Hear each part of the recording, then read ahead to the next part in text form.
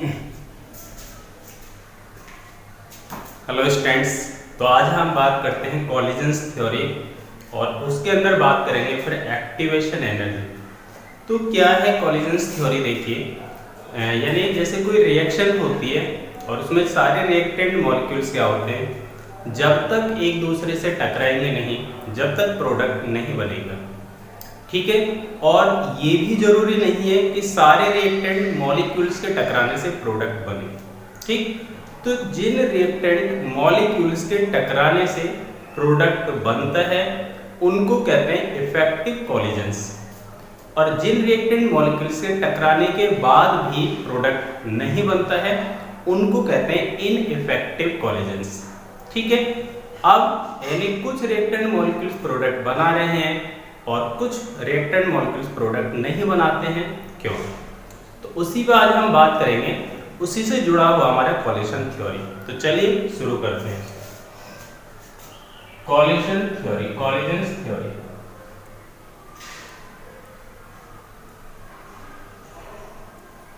ये तो देखिए कॉलिजन थ्योरी होने के लिए ये जरूरी है कि रिएक्टेंट मॉलिक्यूल्स में आपस में क्या होनी चाहिए, टक्कर जरूरी होनी चाहिए। टक्कर कहते हैं इफेक्ट, क्या कहते हैं, कॉलिजन्स। ठीक है। और इफेक्टिव होता है प्रभावी। तो देखो कैसे इनसे कैसे प्रोडक्ट बनता है। मान लीजिए जैसे H2 है प्लस I2 है, क्या बनाते हैं, प्रोडक्ट बनाते हैं 2HA। ठीक है। यानी H2 का 1 मोल, I2 के 1 मोल, HI के कितने मोल बनाते हैं, 2 मोल बनाते हैं। जैसा देखो इसको हम क्या दिखा सकते हैं, H2, ये H2 है और फिर प्लस क्या मिलाते हैं हम इसमें, I2 मिलाते हैं, ये I2 है। ठीक है। अब देखो ये दोनों रिएक्टेंट मॉलिक्यूल्स एक दूसरे से क्या होने, टकराएंगे। टकराने क्या बताया था मैंने, कॉलिजन्स करते हैं। तो ये वाला ये आपस में एक दूसरे से टकराएंगे और टकराने के बाद क्या बनेंगे, ये बनाते हैं इंटरमीडिएट कंपाउंड। तो पहले क्या बनेगा, इसे इंटरमीडिएट कंपाउंड बनेगा। ये H2 मॉलिक्यूल्स है, ये क्या बना, I2 मॉलिक्यूल्स। ठीक। यानी रिएक्टेंट मॉलिक्यूल्स टकराए और रिएक्टेंट मॉलिक्यूल्स के टकराने के बाद क्या बना, इंटरमीडिएट या एक्टिवेटेड कॉम्प्लेक्स बना। तो इसको कहते हैं इंटरमीडिएट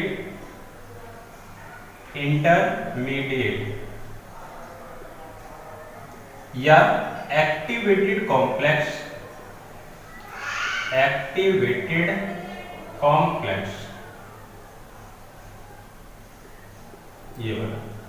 ये जो एक्टिवेटेड कॉम्प्लेक्स बनता है ये क्या होता है, हाईली अनस्टेबल होता है। और जो ज्यादा अनस्टेबल होते हैं उनकी एनर्जी भी क्या रहती है, हाई रहती है। तो हम इसको कह सकते हैं हाईली अनस्टेबल है, हाईली अनस्टेबल। और हाईली अनस्टेबल क्या होते हैं, उनके पास हाईली एनर्जी होती है, हाईली एनर्जी। तो देखो यानी जिस मॉलिक्यूल के पास जितनी ज्यादा एनर्जी होगी वो कैसा होगा, अस्थायी होगा और वो उस रूप में ज्यादा समय तक नहीं रह पाता है। वो क्या होगा, वो कुछ ही समय में बहुत जल्दी क्या होगा, अपघटित होगा और प्रोडक्ट बना लेगा। तो ये भी क्या होगा, एक्टिवेटेड कॉम्प्लेक्स, ये अनस्टेबल होने के कारण ये क्या बना लेता है, प्रोडक्ट बना लेता है। तो एक प्रोडक्ट बन जाएगा नहीं HI, ये तो बन गया HI, एक मॉलिक्यूल ये बनेगा और एक मॉलिक्यूल ये बना HI। यानी कितने मॉलिक्यूल्स बने, 2 HI मॉलिक्यूल्स बन गए केवल। ठीक है। तो यानी प्रोडक्ट बनने के लिए ये जरूरी है कि उनको एक्टिवेटेड कॉम्प्लेक्स बनाना पड़ेगा। ठीक है। रिएक्टेंट मॉलिक्यूल्स पहले क्या बनते हैं, पहले एक्टिवेटेड कॉम्प्लेक्स बनाते हैं और एक्टिवेटेड कॉम्प्लेक्स अनस्टेबल होने के कारण वो किस में चेंज हो जाता है, प्रोडक्ट में चेंज हो जाता है। ठीक। तो अब देखो यानी इसको हम ये भी देख सकते हैं, जैसे रिएक्टेंट मॉलिक्यूल्स है, मान लो H2 फिर प्लस I2, यहां पे क्या बनाते हैं, बनाते हैं प्रोडक्ट। ये प्रोडक्ट बनाते हैं, क्या बनाते हैं, प्रोडक्ट फॉर्म करते हैं। तो ऐसे रिएक्टेंट मॉलिक्यूल्स जो प्रोडक्ट बना लेते हैं उन्हीं को कहते हैं इफेक्टिव कॉलिजन्स। तो इसका मतलब जो प्रोडक्ट बना रहे हैं वो क्या शो कर रहे हैं, इफेक्टिव कॉलिजन्स, इफेक्टिव कॉलिजन्स,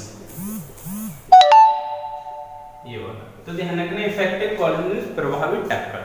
ठीक, जैसे देखो एग्जांपल्स है, मान लो एक वाटर, एक कंटेनर लिया हमने, उसमें वाटर लिया, वाटर में हमने शुगर डाल के और शुगर को ऐसे ही छोड़ दिया, उसको किसी भी स्पून से किसी भी रोड से हमने उसको डिसॉल्व नहीं किया, सेक नहीं किया, तो आप देखेंगे वो शुगर को थोड़ा सा घुलने में टाइम लग जाएगा। लेकिन अगर हम उसको किसी रोड से किसी स्पून से उस शुगर को वाटर के अंदर क्या करते हैं, उसको सेक करते हैं, तो शुगर क्या हो जाती है, जल्दी घुल जाती है, क्योंकि आप वहाँ पे क्या करें, जो वाटर मॉलिक्यूल्स और शुगर मॉलिक्यूल्स के में क्या करें, टक्कर बना रहे हैं। तो जब शुगर के मॉलिक्यूल्स और वाटर के मॉलिक्यूल्स में जितनी ज़्यादा टक्कर होगी, क्या होगी, शुगर की सॉल्युबिलिटी उतनी ज़्यादा हो जाएगी, यानी रेट ऑफ रिएक्शन क्या हो जाएगी, बढ़ जाएगी। तो मॉलिक्यूल्स में टक्कर होने से क्या होती है, रेट ऑफ रिएक्शन बढ़ जाती है। तो देखो ऐसी उन्हीं को कहते हैं इफेक्टिव कॉलिजन्स, यानी जो मॉलिक्यूल्स प्रोडक्ट बना रहे हैं इसका मतलब इफेक्टिव कॉलिजन्स शो कर रहे हैं। तो देखो यहाँ पे इफेक्टिव कॉलिजन्स ये होगा, ठीक है। तो अब देखो यानी रिएक्टेंट मॉलिक्यूल्स को पहले किस में आना पड़ेगा, एक्टिवेटेड कॉम्प्लेक्स में आना पड़ेगा।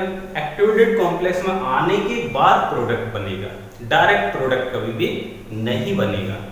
अब ये एक्टिवेटेड कॉम्प्लेक्स कैसे बनता है, कैसे उसे प्रोडक्ट बनता है, हम इसको एक ग्राफ के द्वारा इसको समझेंगे, ठीक है। तो देखिए सबसे पहले तो वही बात है, सारे रिएक्टेंट मॉलिक्यूल्स के टकराने से कभी भी प्रोडक्ट नहीं बनता है।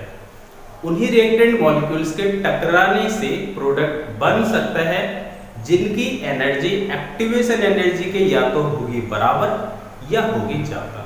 तो ध्यान रखना है, लेकिन ये भी जरूरी नहीं है जिनकी एक्टिवेशन एनर्जी ज्यादा होती है, बराबर होती है, वो 100% यानी प्रोडक्ट बना लें, ऐसा भी नहीं है।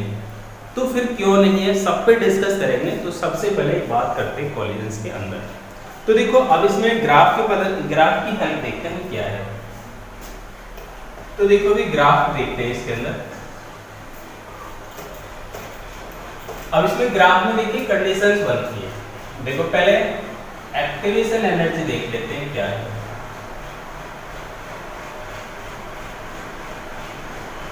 ये तो ये तो है, देखो इधर तो है एनर्जी और इधर है रिएक्शन प्रोग्रेस, ये है रिएक्शन प्रोग्रेस, ये तो एनर्जी ऊपर की तरफ बढ़ रही है और रिएक्शन प्रोग्रेस ऐसे कर रही है, ठीक है। अब देखो हम क्या करते हैं, जो रिएक्टेंट मॉलिक्यूल्स हैं, रिएक्टेंट मॉलिक्यूल्स, तो देखो जो रिएक्टेंट मॉलिक्यूल्स होते हैं उनकी कुछ ना कुछ अपनी एनर्जी होती है, उनकी अपनी एनर्जी होती है, उन्हें कहते हैं रिएक्टेंट एनर्जी, ठीक। अब रिएक्टेंट मान लीजिए रिएक्टेंट की एनर्जी अपनी यहां तक है, कहां से लेकर कहां तक, यहां तक, यहां से यहां तक क्या है रिएक्टेंट की एनर्जी, जिसको कहते हैं ई आर, ठीक है। रिएक्टेंट मॉलिक्यूल्स की जो अपनी एनर्जी होती है उसे क्या कहते हैं, E R, energy of reactant, वो है यहां से यहां तक। अब देखो रिएक्टेंट जब तक कोई प्रोडक्ट नहीं बनाएगा, जब तक उससे एक्टिवेटेड कॉम्प्लेक्स नहीं बनेगा। अब हम क्या देखते हैं, देखो इसको एक्टिवेटेड कॉम्प्लेक्स बनाने के लिए हमें क्या करना पड़ेगा, इससे पहले एक्टिवेटेड कॉम्प्लेक्स बनाना पड़ेगा। एक्टिवेटेड कॉम्प्लेक्स ऐसे बनाए, तो देखो यहाँ पे क्या हो रहा है, ये इसको थोड़ा सा बढ़ा देते हैं, तो यहाँ पे क्या बनेगा, एक्टिवेटेड कॉम्प्लेक्स बनेगा, एक्टिवेटेड कॉम्प्लेक्स, ये वाला एक्टिवेटेड कॉम्प्लेक्स यहाँ पे इस एनर्जी पे बनेगा, इस वाली एनर्जी यहाँ पर।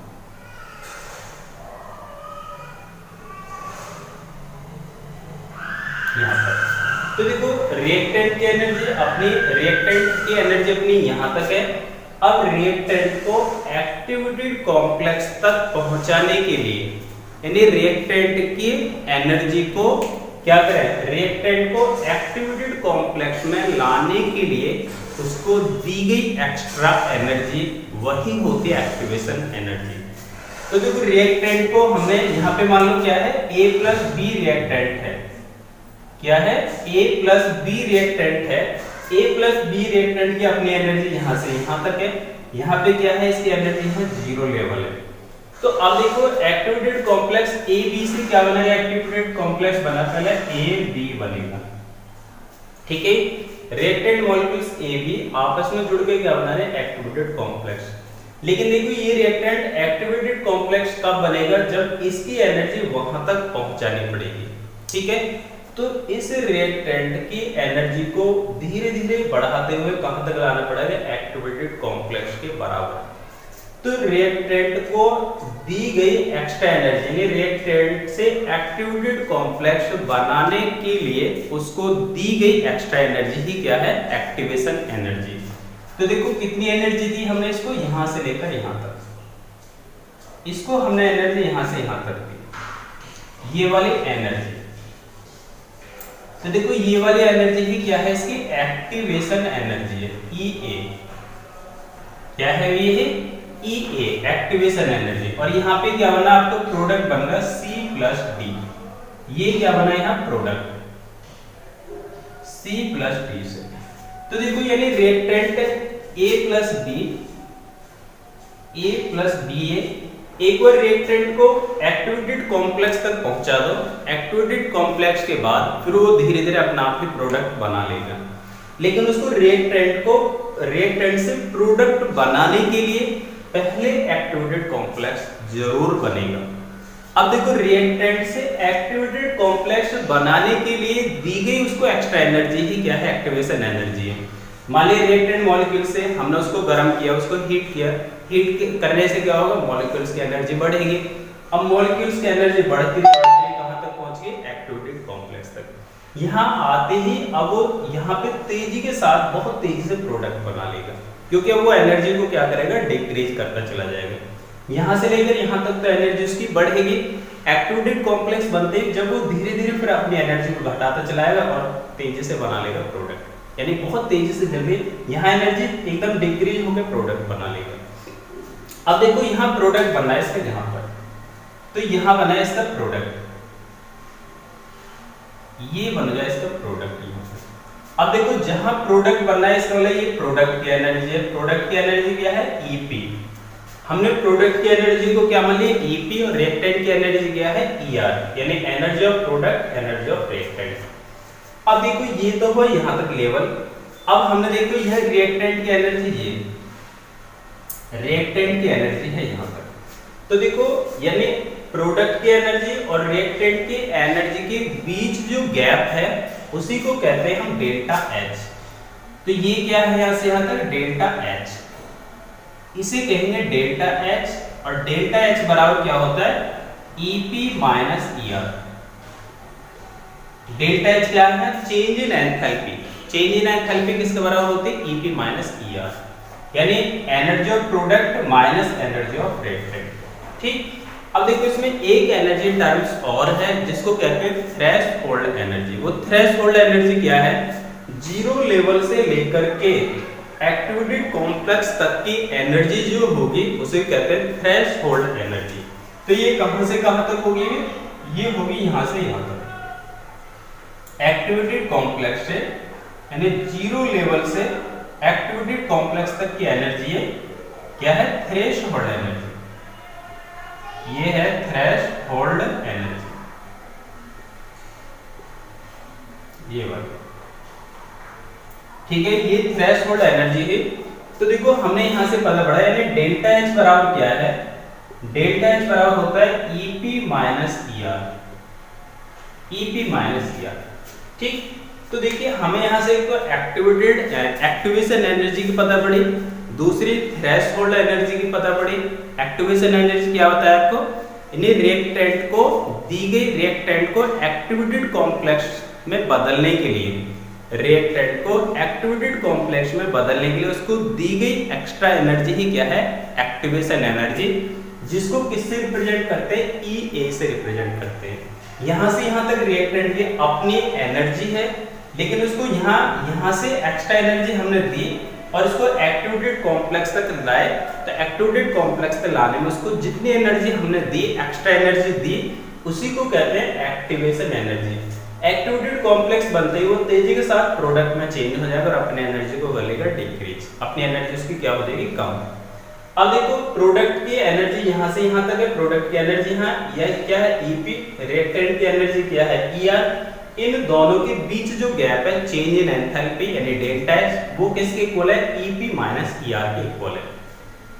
और जीरो लेवल से एक्टिवेटेड कॉम्प्लेक्स तक की एनर्जी क्या कहलाती है, थ्रेशोल्ड एनर्जी कहते हैं। थ्रेशोल्ड एनर्जी को किससे रिप्रेजेंट करते हैं, ई टी एच से।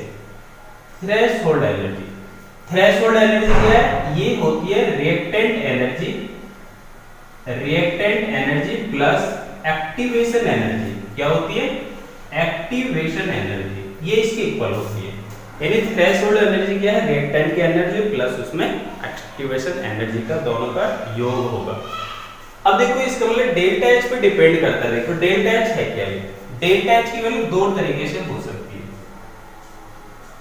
डेल्टा एच दो हो सकते हैं, एक तो डेल्टा एच की वैल्यू क्या हो सकती है, नेगेटिव हो सकती है, और डेल्टा एच की वैल्यू यहां हो सकती है पॉजिटिव।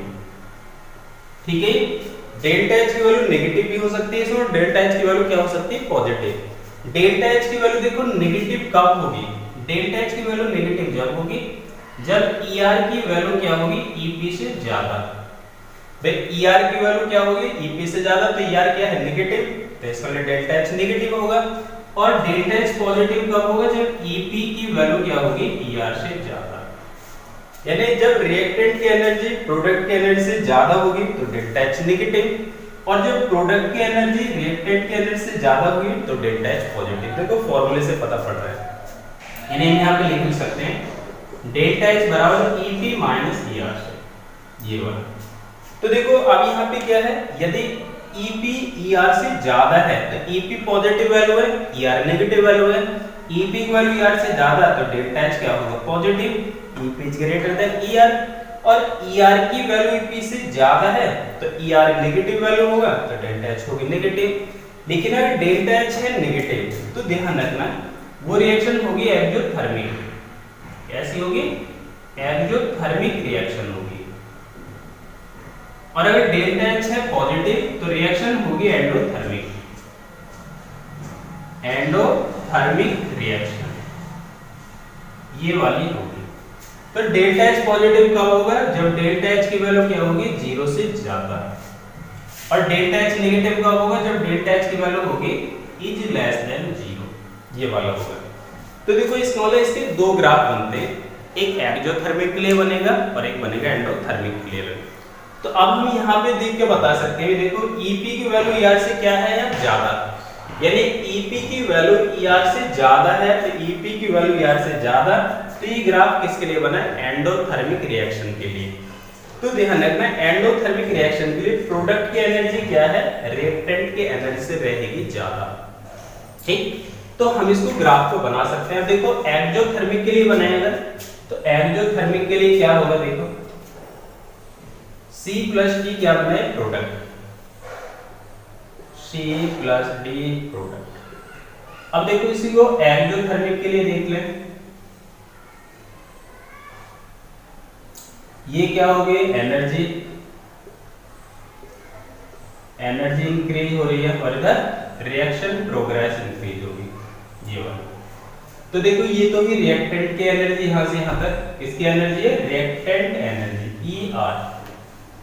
अब देखो प्रोडक्ट की एनर्जी क्या आएगी, सीधी बात है ज्यादा आएगी। देखो ये होगा रिएक्टेंट एनर्जी, ये है रिएक्टेंट एनर्जी। यानी देखो अलग से ग्राफ बनाते हैं, दोबारा बनाते हैं इनको।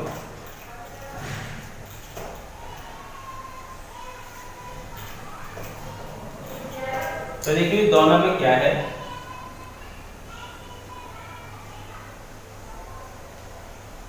ये तो है एनर्जी, ये है रिएक्शन प्रोग्रेस, रिएक्शन प्रोग्रेस। दूसरा ग्राफ ये है इधर, ये एनर्जी,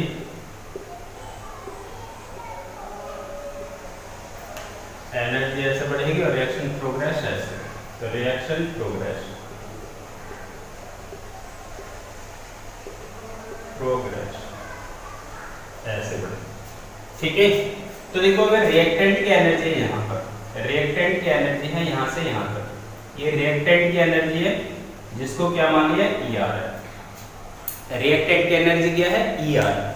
अब देखो अगर मान लो प्रोडक्ट की एनर्जी यहाँ तक आती है, प्रोडक्ट की एनर्जी यहाँ पर, इसको क्या है ईपी, तो सीधी जो बात है देखो हम ग्राफ देख के बता सकते हैं ये एंडोथर्मिक होगा या एक्सोथर्मिक होगा। देखो प्रोडक्ट की एनर्जी क्या है रिएक्टेंट से ज्यादा है, और जब प्रोडक्ट की एनर्जी रिएक्टेंट से ज्यादा है तो सीधी बात है एंडोथर्मिक रिएक्शन होगा, डेल्टा एच होगी पॉजिटिव। तो अब देखो यहाँ पे क्या होगा, ये रिएक्टेंट की एनर्जी है,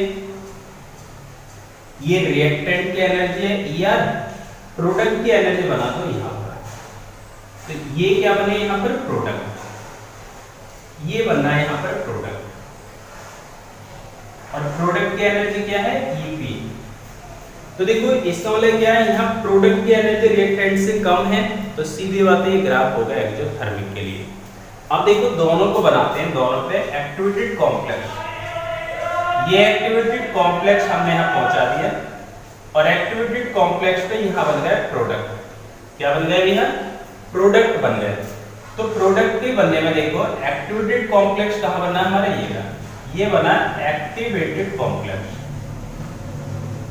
एक्टिवेटेड कॉम्प्लेक्स, ये बना एक्टिवेटेड कॉम्प्लेक्स। देखो ये यहाँ पे बनेगा एनर्जी, ये वाला बनेगा, ये थोड़ा सा इसको ऊपर रखते हैं, ये यहाँ बनेगा, यहाँ बनेगा एक्टिवेटेड कॉम्प्लेक्स। इसको एक्टिवेटेड कॉम्प्लेक्स तक पहुंचाने के लिए इसको जो दी गई एक्स्ट्रा एनर्जी है वो क्या है एक्टिवेशन एनर्जी है, ये क्या है यहाँ एक्टिवेशन एनर्जी ई ए। ठीक है, और यहाँ जो प्रोडक्ट बन रहा है, प्रोडक्ट ये तो ही रिएक्टेंट की एनर्जी, ये तो है रिएक्टेंट की एनर्जी, और ये क्या है यहाँ पर प्रोडक्ट की एनर्जी, यहाँ पर है प्रोडक्ट की एनर्जी। तो इसको क्या मान लेंगे यहाँ पर है ईपी, यहाँ पे क्या है ईपी, और ये एनर्जी ऐसे एनर्जी। ठीक है, अब देखो इसके बीच का जो गैप है, बीच का गैप क्या है डेल्टा एच होगा, ये है डेल्टा एच बराबर EP minus E R. Delta H बराबर क्या है ईपी माइनस ई आर होगा। अब देखो ईपी माइनस ई आर जो है, यहां से हम बता सकते हैं कि रिएक्शन कौन सी होगी। ये रिएक्शन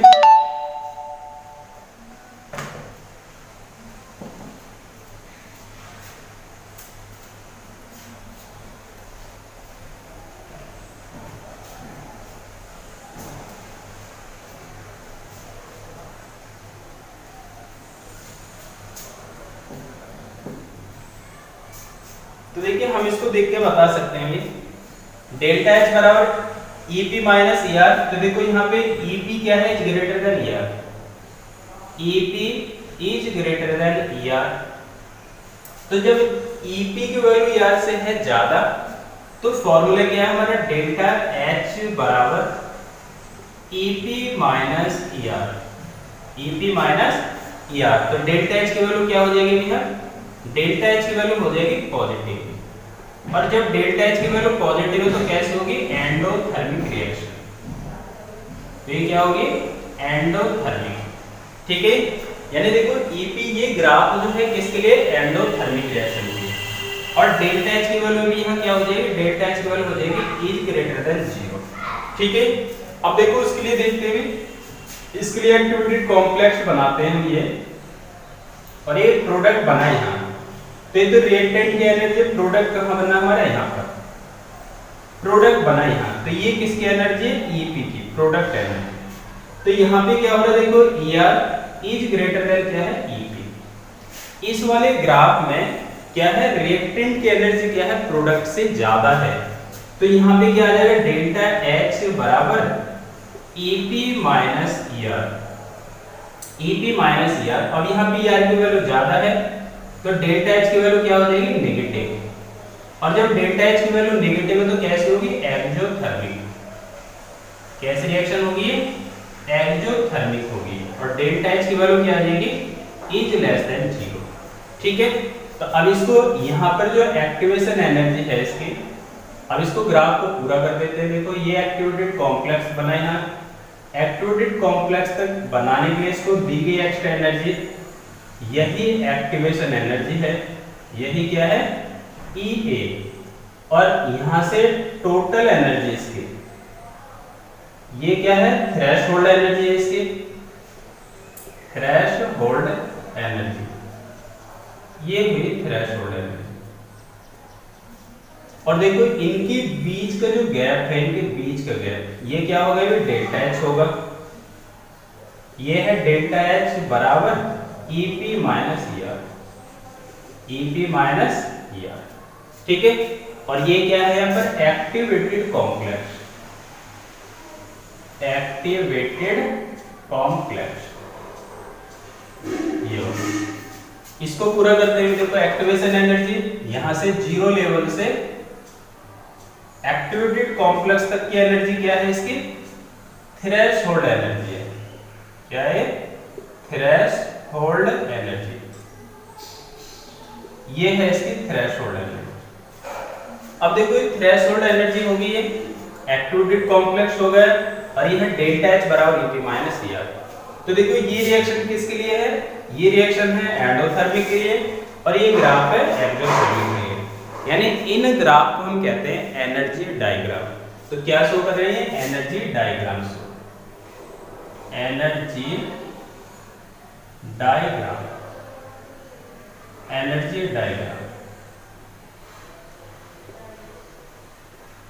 एनर्जी डायग्राम। ठीक है, तो हमने ये देखा एक्टिवेशन एनर्जी क्या है, उसके लिए दो ग्राफ होते हैं, एक्सोथर्मिक एंडोथर्मिक रिएक्शन के लिए ग्राफ है। तो ये देखा हमने डेल्टा H पॉजिटिव है और डेल्टा H नेगेटिव कब होगा। ठीक है, तो इस ग्राफ से हमने ये देख लिया कि डेल्टा H की वैल्यू पॉजिटिव कब होगी और डेल्टा H की वैल्यू नेगेटिव कब होगी। तो ये तो ग्राफ की कहानी हुई सारी। इसके बाद देखो हम देखते हैं,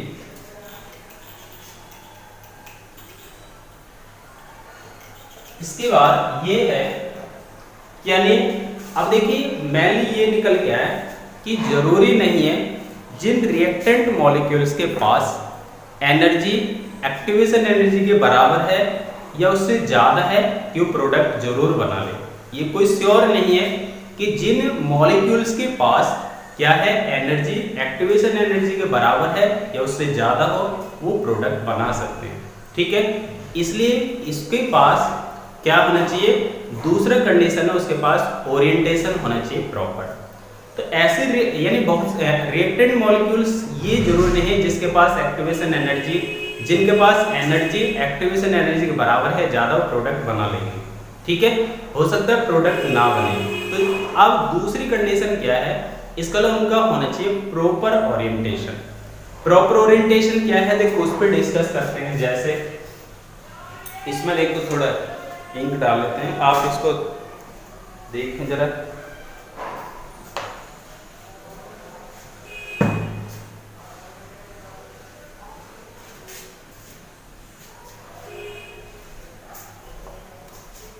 चलो इस पर नेक्स्ट लेक्चर बात करते हैं। ठीक है, थोड़े इंक की प्रॉब्लम आ गई, तो थैंक यू वेरी मच।